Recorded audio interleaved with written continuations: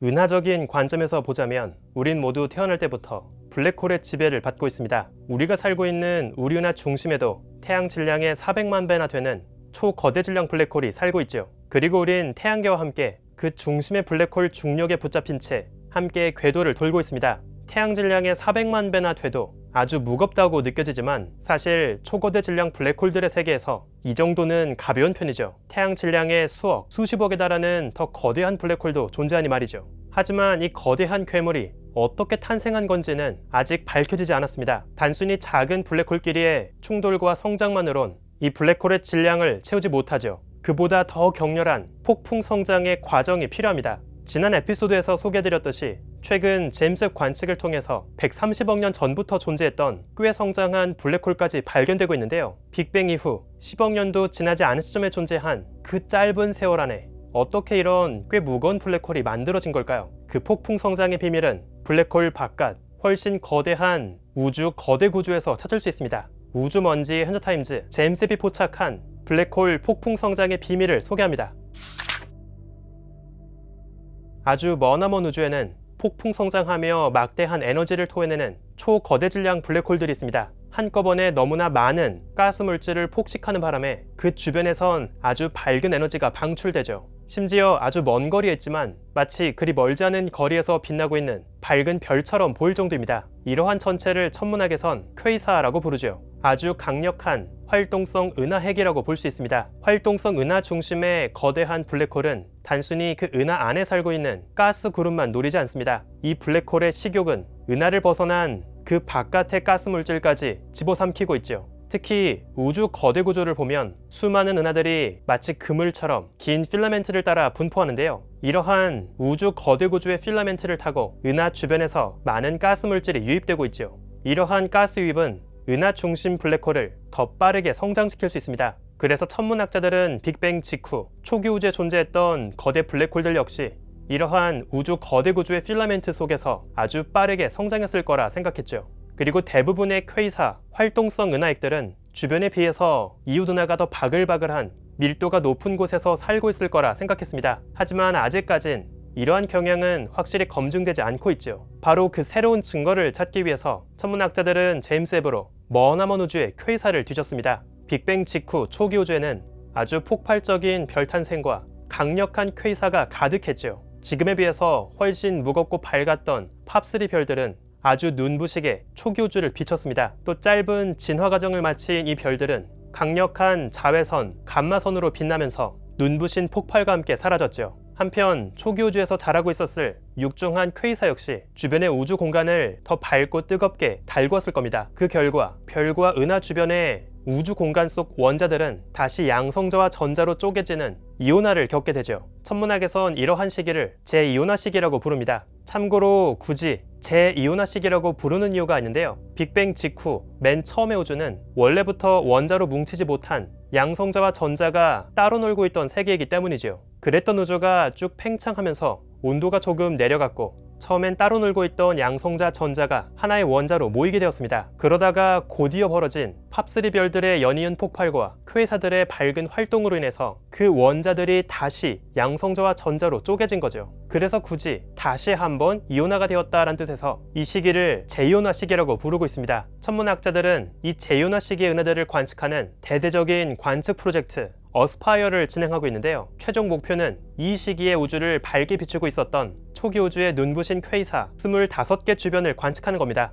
그리고 최근 그 첫 번째 퀘이사에 대한 따끈따끈한 관측 결과가 발표되었죠. 이 퀘이사, 활동성 은하 속 초거대 질량 블랙홀의 질량은 대략 태양 질량의 6억에서 20억 배 사이로 추정됩니다. 이번 연구에서 천문학자들은 특히 퀘이사 주변 이웃한 은하들의 분포에 주목했지요. 그리고 정말 퀘이사 주변 영역에서 은하들이 더 바글바글 모였는지를 확인했습니다. 과연 이번 관측 프로젝트의 첫 번째 타겟은 어떤 결과를 보여주었을까요? 천문학자들은 이번 관측을 통해서 퀘이사와 비슷한 거리에 놓여있는 원시 은하 41개를 발견했습니다. 특히 그 중에서 이 퀘이사와 아주 가까운 거리에 놓여있는 은하 9개를 주목할 필요가 있는데요. 이들 모두 빅뱅 이후 우주의 나이가 한 8억 3천만 년쯤 됐을 때 존재한 아주 초기의 은하들입니다. 그런데 놀라운 건 이 은하들이 아무렇게나 분포하지 않고 있다는 거죠. 마치 소세지처럼 길게 한 줄로 이어져 있습니다. 기다랗게 이어진 이 은하들의 기차 행렬은 그 전체 길이만 300만 광년에 달하는데요. 그리 멀지 않은 가까운 우주에서는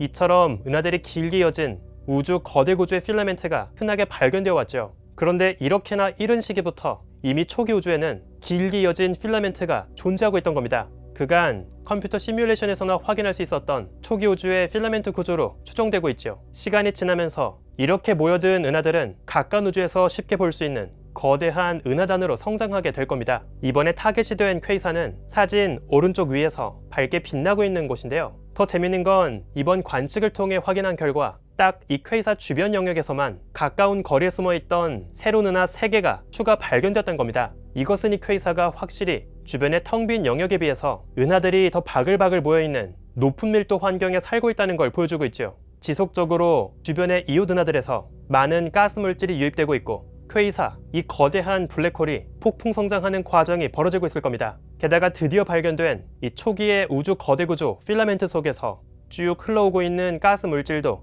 이 블랙홀의 성장을 함께 돕고 있겠죠. 이처럼 초기 우주 때부터 퀘이사가 지속적인 폭풍 성장을 하기 위해서 주변에서 먹이를 먹여주는 이웃 은하가 필요했다면 왜 그간의 관측에선 이런 경향을 보는 게 힘들었던 걸까요?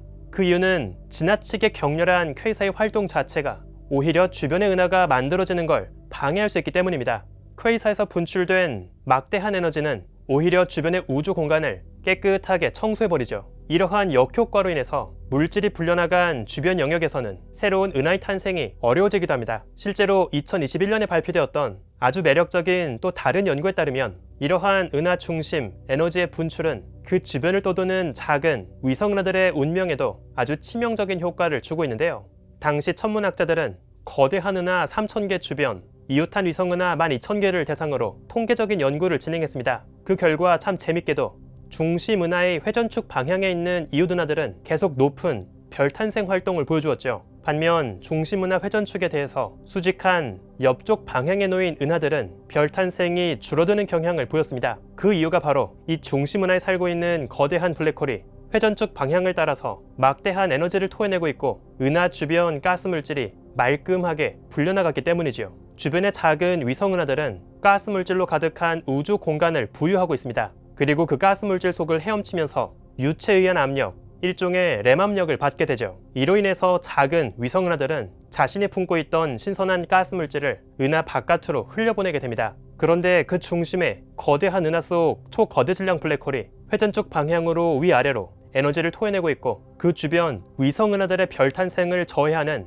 은하 간 공간 속 가스 물질을 모두 청소해주고 있던 거죠. 바로 그 덕분에 중심 은하의 회전축 방향을 따라서 놓인 위성 은하들은 램 압력을 조금 덜 받게 되었고 꾸준하게 활발한 별 탄생이 가능했던 거죠. 반면 그렇지 못한 회전축의 수직한 방향에 놓인 위성 은하들은 더 강한 램 압력을 받게 되었고 더 빠르게 생명력을 잃고 있던 거죠. 이처럼 은하 중심 블랙홀의 진화는 아주 복잡합니다. 주변 환경으로 인해서 은하 중심의 블랙홀 퀘이사도 먹잇감을 먹고 폭풍 성장할 수 있지만 동시에 이러한 퀘이사의 성장은 반대로 주변의 우주 환경을 청소해버리는 또 다른 피드백을 일으키기도 하죠. 이러한 두 가지 효과가 함께 벌어지면서 정확한 메커니즘을 관측적으로 파악하는 건 굉장히 까다롭습니다. 따라서 다양한 경우에 대해서 아주 면밀한 관측이 필요하죠. 이번 어스파이어 팀은 잼스획 관측을 통해서 제이오나 시기에 존재했던 초기 우주의 퀘이사 주변 우주의 환경을 처음으로 확인했습니다. 하지만 이제 퀘이사 딱 하나만 찍은 거죠. 앞으로 남아있는 24개의 퀘이사는 또 어떤 모습을 보여줄까요? 추가 관측을 통해 통계적으로 비교한다면 더 확실한 경향성을 볼 수 있을 겁니다.